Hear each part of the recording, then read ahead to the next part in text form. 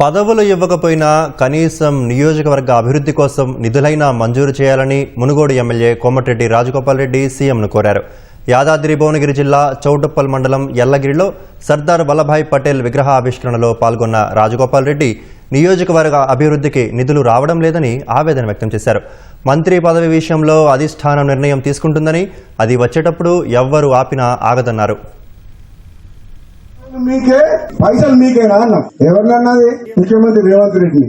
నాకేమర్థమైందంటే 20 నెలల నుంచి మనం మునుగోడు నియోజకవర్గంలో రోడ్ల కాంట్రాక్టర్లకు, దేనికి బిల్డింగ్ కట్టిన వాళ్ళకు, సీసీ రోడ్లకు, దేనిలకు ఒక్క రూపాయి మీద వస్తలేదు. మేము మంత్రి దగ్గర పోయి అడిగినా రాలే. వనమండ చౌటుప్పల్ రోడ్డు పని చేయమంటే బిల్లు ఇప్పి అంటుంది. బిల్లు ఏమో నా చేతులు లేదు. అది ఎవరిస్తే వస్తుంది?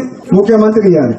ఈ ముఖ్యమంత్రిని ఉద్దేశించి అదే అన్న. ముఖ్యమంత్రిని విమర్శిస్తలేడు, పార్టీని విమర్శిస్తలేను. ప్రజలు నన్ను అడుగుతున్నారు, ప్రజలు రోడ్డు చేయమంటుండ్రు, ఇంకేదైనా పని చేయమంటుండ్రు. పదవి అయినందుకు కనీసం పైసలు రాదంటున్నారు. నాకు అన్యాయం చేసినా పర్వాలేదు, కానీ నాకు ఎన్నుకున్న ప్రజలకు అన్యాయం చేయకుండా ఈ మునుగోడు సహకరించమని చెప్పింది. అందుకని అంటున్నా, రాబోయే స్థానిక సంస్థలు మంచోళ్ళు ఎన్నుకుంటే కొంచెం నేను కొట్లాడుతున్నా. ఏమంటుంటాను, పదవి అనేది అధిష్టానం నిర్ణయం తీసుకుంటది. ఆ పదవి అనేది నాకు ఒక బాధ్యత తప్పితే అది వస్తే ప్రజలకు లాభం, అది వచ్చేటప్పుడు వస్తుంది.